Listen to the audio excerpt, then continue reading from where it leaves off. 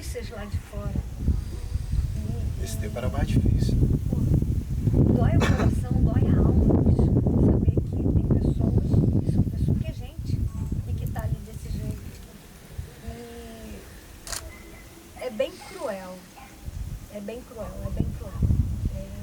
É um momento de que o Estado ele tem que se voltar para políticas públicas humanitárias que invadam esses territórios com a música, com a arte, com a dança. Quanta gente inteligente, quanto menino com força, com coragem, quanta mulher boa lá dentro, quanta menina com tanta coisa para fazer e que vai acabar, Não em chega, sua maioria. Não chega. Falando nessa potência da cultura, né? Você é artista e queria que você falasse sobre a potência da arte nesse movimento de reintegração e de integração, né? Porque é sobre isso, é sobre estar integrado desde sempre. Sim. E a arte é o que faz com que a vida Tenha mais nossos sentido. olhos, né? Tenha mais sentido. Foi no Cássio, minha primeira escrita, minhas primeiras linhas, foi no Cássio. E lá que nasceu esse desejo no coração. Que é um fogo que não acaba, não é pelo dinheiro, saca? Claro que hoje todo rap quer viver daquilo que ele faz, sim, gostaria. Mas também não é esse desejo louco. O meu maior desejo é passar a mensagem, passar uma visão para o jovem, que o crime não vale a pena, fazer aquilo que o rap é de verdade. O trap hoje nada mais é do que a raiz do rap. Uma pedra de calça não tem menos valor do que a de tubo. Então o rap continua sendo rap. O rap é compromisso. É compromisso, como falava sabotagem. Então eu venho sempre nessa linha de raciocínio, que é reabilitar, que é falar sobre o perigo do cárcere. Quem nunca viveu não sabe, pronto para viver ninguém tá. O cárcere ele é um lugar de dor, mas também é um lugar de vitória. Quando você se apega à palavra, você começa a entender os seus erros. Você começa a perdoar mais, você começa a procurar um sentido que realmente te leva à verdade. Porque a mentira ela é cheia de saídas, de vindas. Então esse riacho deve ser percorrido. Os jovens vão nesse riacho aí, eu também caí nele. Inclusive pessoas íntimas minhas, hoje da família, que se envolveram, outros amigos que não tiveram um acompanhamento nessa porque o cara quer sair, ter um trabalho para poder ter a vida dele. E aí ele não tem esse primeiro ponto, ele não vai conseguir o resto. Aí fica desolado, fica abandonado, ele acaba voltando. Porque é isso que a maioria do sistema hoje fala, o cara está preso, ele vai sair e vai voltar para o crime. Vai voltar porque não tem um trabalho de reabilitação. Se tivesse, ele não voltaria.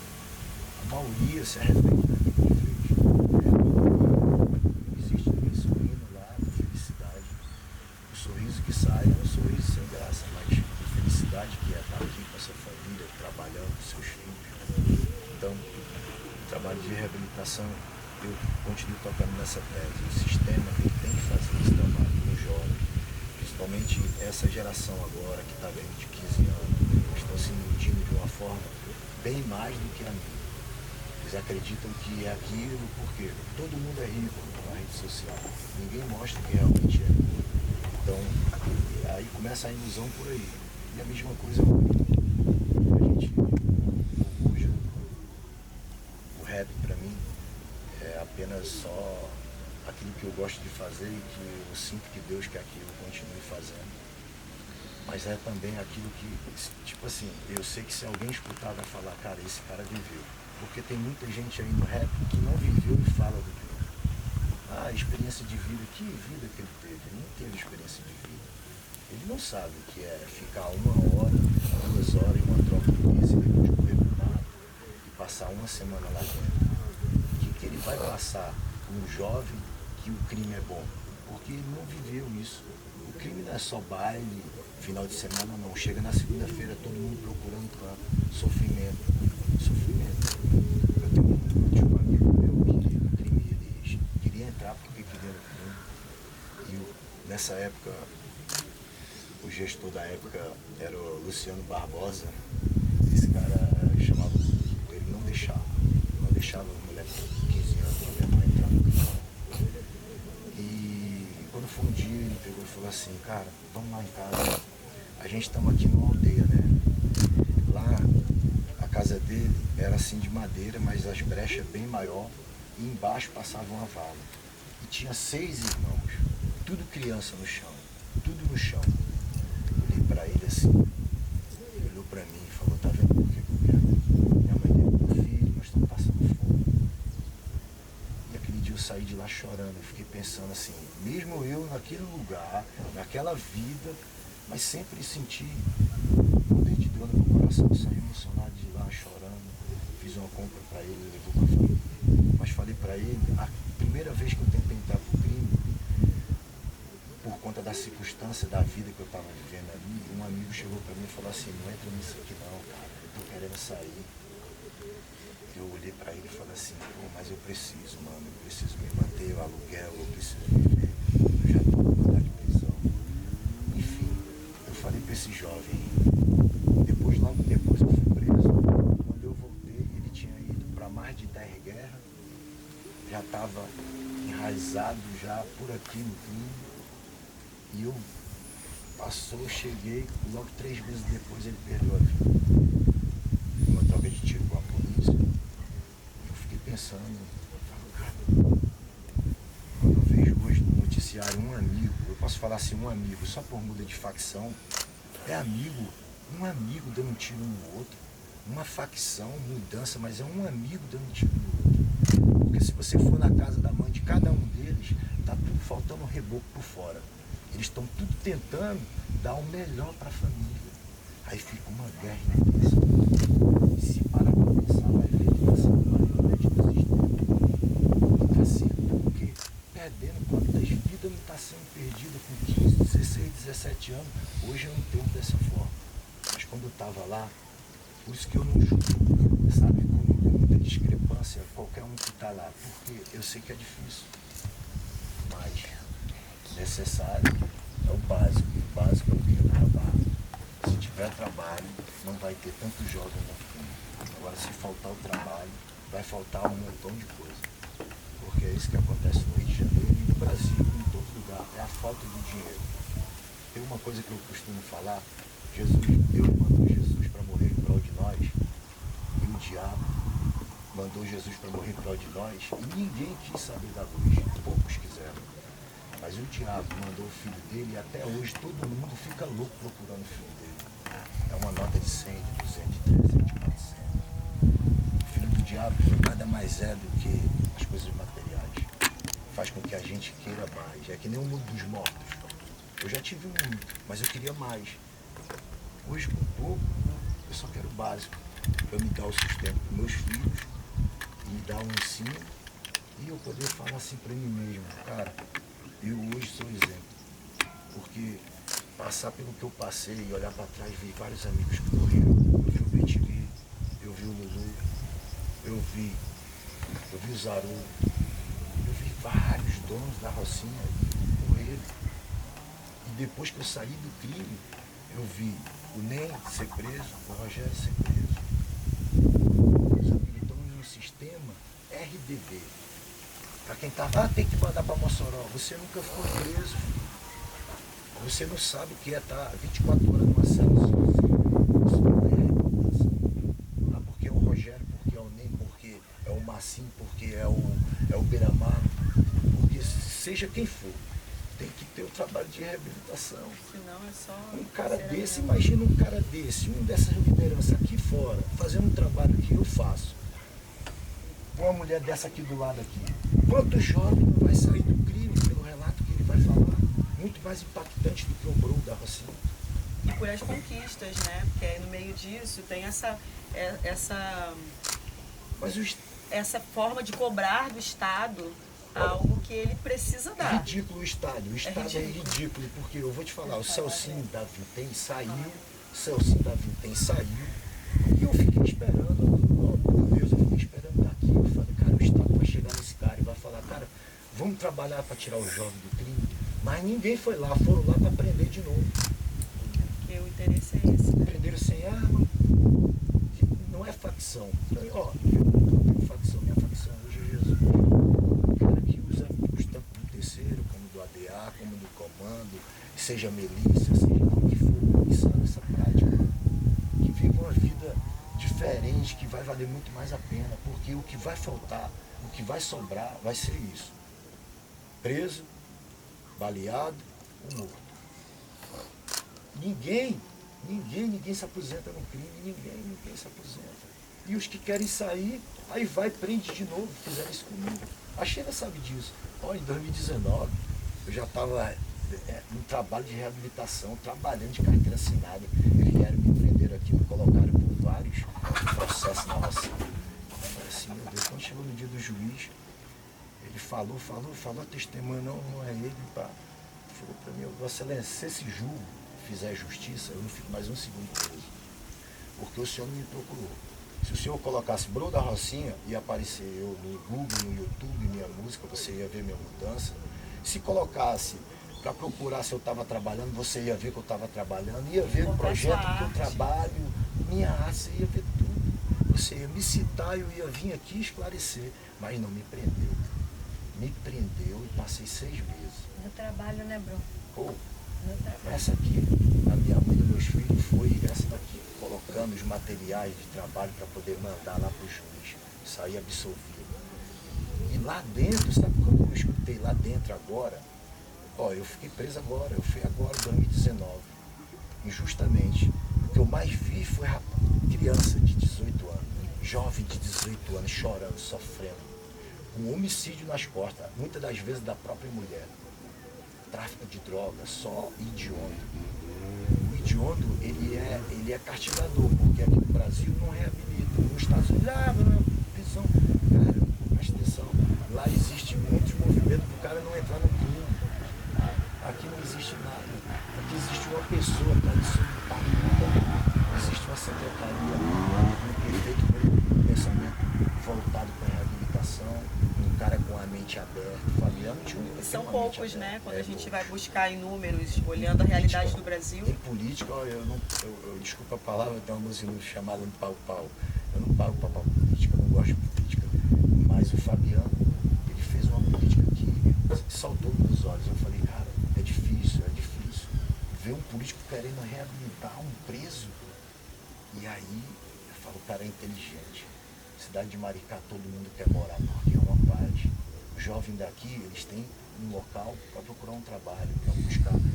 Tem faculdade, tem tudo, desenvolvimento, por conta do poder aquisitivo, sim, mas também da vontade também do gestor. Porque quando o gestor não quer, nada acontece. Porque não adianta ter o dinheiro, né? A gente está falando dessa relação com o capitalismo, que a Sheila bem trouxe, e que está muito na sua fala. Mas o dinheiro, se ele não for aplicado de fato, sem políticas públicas afirmativas, sem políticas públicas direcionadas, de nada vale. Tem que ter vontade, tem que ter força de vontade, porque o Grow, a fala dele, né, ele aponta muito para mim como assim, a salvadora, mas não, é todo um trabalho de equipe, né? E o meu trabalho, assim, ele era diferenciado no sentido que eu fazia questão que a secretaria fosse uma secretaria humanizada. Porque é muito difícil você entrar numa secretaria hoje e achar um secretário, seja ele qual for. Você vai ter que marcar com o assessor, você vai ter que esperar, e o máximo que você vai conseguir é que um subsecretário ou um assessor venha te atender. Eu trabalhei com população em situação de rua, e a população em situação de rua tem muita gente oriunda do cárcere, né? Depois veio propriamente dito a população dos egressos, né? Por conta do escritório social.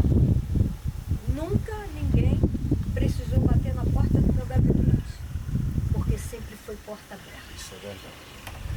Todo mundo que entrava naquela secretaria tomava café comigo na minha mesa. Eu chegava com fome, que tinha comida, eu dividia o pão. Porque é da minha construção de vida. Se eu comer o pão e tiver alguém com fome e eu não dividir esse pão, eu vou pedir para sair do planeta. Porque aqui eu não faço mais história. Eu não quero mais essa história para minha vida.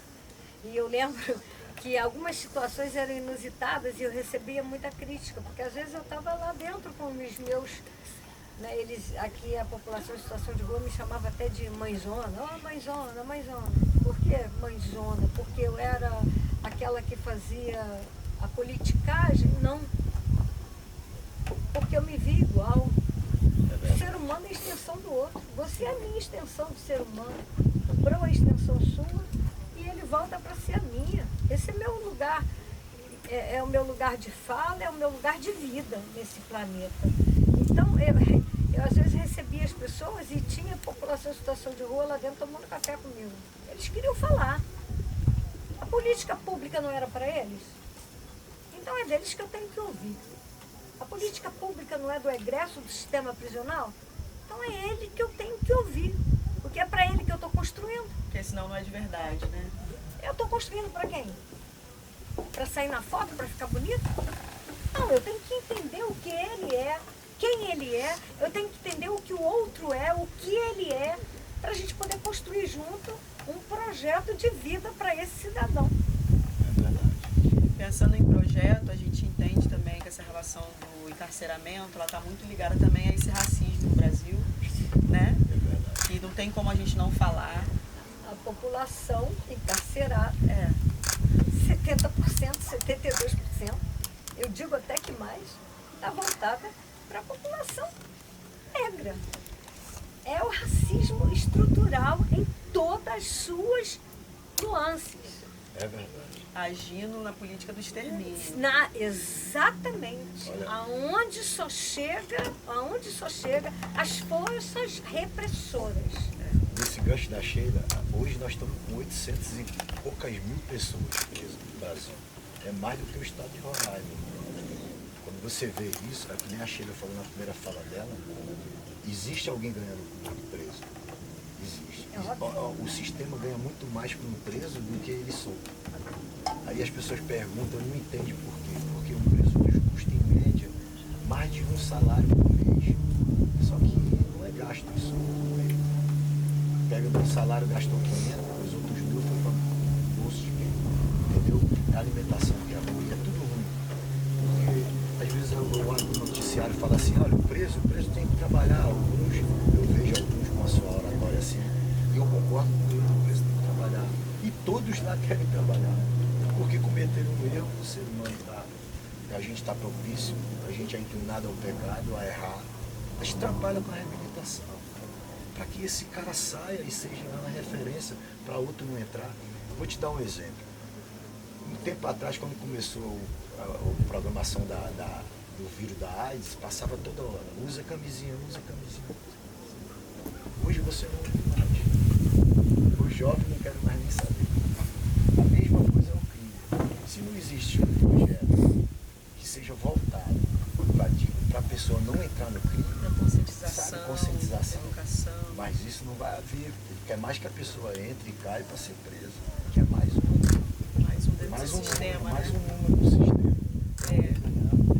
Falando em música, tem dinheiro por É, trás. tem Mas falando em dinheiro. música, tem dentro desse assunto uma música que fala, todo camburão tem um pouco de navio negreiro. Com E no final certeza. das contas é isso, É né? verdade. A gente já está Todo chegando. camburão tem um pouco de navio negreiro. Todo camburão é um navio negreiro. Tem sempre um Ele escravo. é um ali. navio negreiro. E a gente vê a polícia repetindo a fala. A polícia militar, ela cumpre hoje a mesma função do qual ela foi fundada. Para isso, para o extermínio da população negra. Eu separo o branco pós a libertação, a libertação dos escravos. A pessoa escravizada, ela continua escravizada até hoje. É verdade. Essa população continua escravizada até hoje. Então eu separo o branco aqui, coloco no meio a polícia, que eu fundei, e jogo a negritude para lá. Então eu separo. Não venha cá roubar os brancos, não venha cá tirar o dinheiro dos brancos, não venha aqui. Né? A gente vê muito isso nas cidades. Né? Aqui mora a população, né? Aqui mora a classe média, a classe rica, aqui mora os que regem a maioria que vive lá. Isso é cruel. Isso é cruel. E diante dessa realidade, a gente já vai chegando ao final do nosso papo. E para finalizar, eu queria que o Bro trouxesse um pedacinho, muito pequeno, uma frase de uma música sua. Então, meu Deus, tá tão difícil viver num mundo tão maluco. Mas gosta do mundo louco. Meu Deus me deu fadiga desse mundo. Meu Deus me deu fadiga. Essa música é 70 vezes 7. Lancei ela agora dia 12, dia do meu namorado. No YouTube, no RC. Ouçam. E assim nós finalizamos mais um programa Papo na Laje. Corta. Estamos correndo contra a luz. Eu sei, eu tava assim. Muita prosa, vou ter muito trabalho. Posso fazer uma foto de vocês? Pode ser. Aqui vai, né? A gente tá aí, tanta coisa pra falar e a gente já Vamos aproveitar